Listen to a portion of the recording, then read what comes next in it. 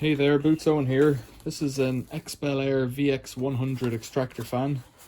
It was well, the box is for the spare, but I bought two of them because I ran this one constantly for about 2 years. It's a non-timed model, it's just wired straight in, and it worked for 2 years and then it died, and I want to see why. I think normally what happens is the bearings get ratty. It was running in the vertical position like this, extracting air upwards. This has clearly died, the plastic on this. I wasn't expecting that, but you can see it's completely died there. Now, there's an indication there that something has affected that plastic. There's also an indication, if you see here, of this wobbling around here, so it looks like it's overheated at some point, somehow. It's also not spinning freely by hand. Another clue. Let's get into it.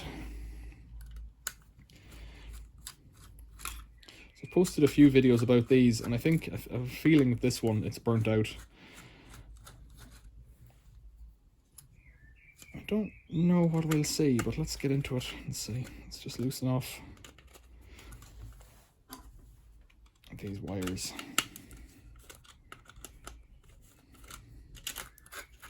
That's the motor out. You can see it's got a bit of colour.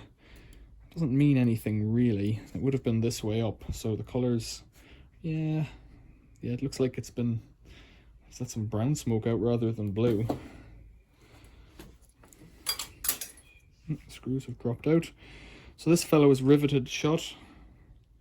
Limited amount of stuff I can do. One screw there. Could drill it out.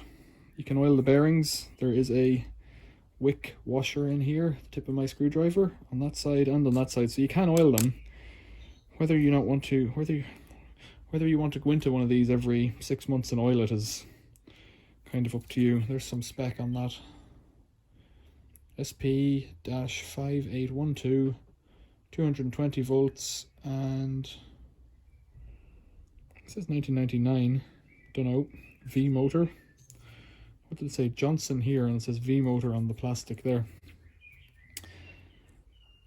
I think these are quite cleverly pressed together. So the lamination's on the outside and there's a line here. I think they press the whole thing together to make it easier to wind. But I have a feeling it's just been on fire, and this is the autopsy. So let's see. Yeah, there's nothing across there. There's no brushes. It's not a shaded pole induction motor. It's some kind of an induction motor. That, I think, if I could see right, is a set. It says set 135 degrees Celsius. I wonder, has that died? What I suspect has gone wrong is it's run out of oil, as they do. It evaporates over time. Nobody oils these. They're, I think, 12 quid or 18 quid or something for a new one. If you're going in to do the job, to replace it, if you're an electrician, you'd never bother at all. As a homeowner, you could, but there's a lot of other jobs to do as well. It's like feeding yourself every day. What can we see? It goes into here, wraps around here, then must jump across from one side to the other. Can't see it, but it must, right in there, in the bottom. And then it comes out, the power comes out the other side, and it also goes through that fuse. If I could push it out, I'd have to drill here and here. That gets this off, that gets the center out. I could probably just pick through this, actually. I'm not worried about breaking it. There we go. I've broken it now. Let's just see if this guy failed, that's what I want to check. This little thermal fuse doesn't appear to be connected to anything. Of course, I have just torn it out.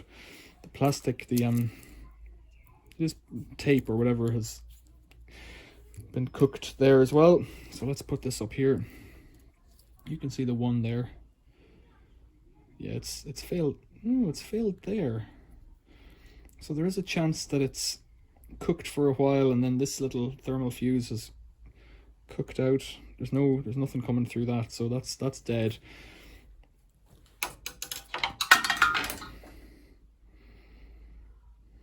Now you're never going to take it out and put it back in. You'd have to get this guy out. So it's not really repairable, and it's just a dead motor now. But that's the autopsy. I've shown other videos before where if you've got patience and time, drill those out. Those rivets don't really need to be there. If you've got the screw into the mounting plate will hold it together.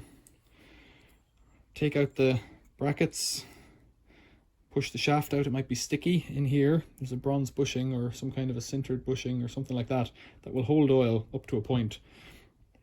Clean it, clean the inside. You can heat it to burn off the residue, then impregnate it with oil by putting it in oil, filling the wick with oil, putting it all back together. I suspect these are 50p or something if you're buying them by the thousand. I don't know, but I have a feeling if you bought them, well, probably it's cheap to buy them with the fan. You tell me what you think. Is it worth saving? It's not really. I just don't think it is. I've replaced it anyways and burnt out motor. And you can't, at this point, I couldn't put this fan back on it either. So where does that leave us? Hard plastic recycling. Questions or comments, leave them below. Thanks for watching. See you later.